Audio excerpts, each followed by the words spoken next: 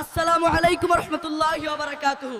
সম্মানিত হাজিরিন, বিগত দিনগুলোতে আমরা ধানের শীষের ক্ষমতা দেখেছি। একবার শুধু হাত পাকা প্রতীকে ভোট দিন, হাত পাকা ক্ষমতায় এলে বিশ্বের মানচিত্র বদলে যাবে।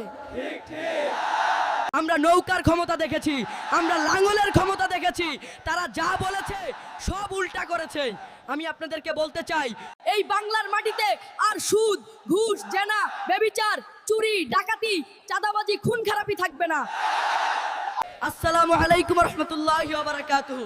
সম্মানিত হাজিরিন, বিগত দিনগুলোতে আমরা ধানের শীষের ক্ষমতা দেখেছি, আমরা নৌকার ক্ষমতা দেখেছি, আমরা লাঙ্গলের ক্ষমতা দেখেছি, তারা যা বলেছে সব উল্টা করেছে। আমি আপনাদেরকে বলতে চাই, একবার শুধু হাত পাকা প্রতীকে ভোট দিন, হাত পাকা ক্ষমতায় এলে বিশ্বের মানচিত্র বদলে যাবে।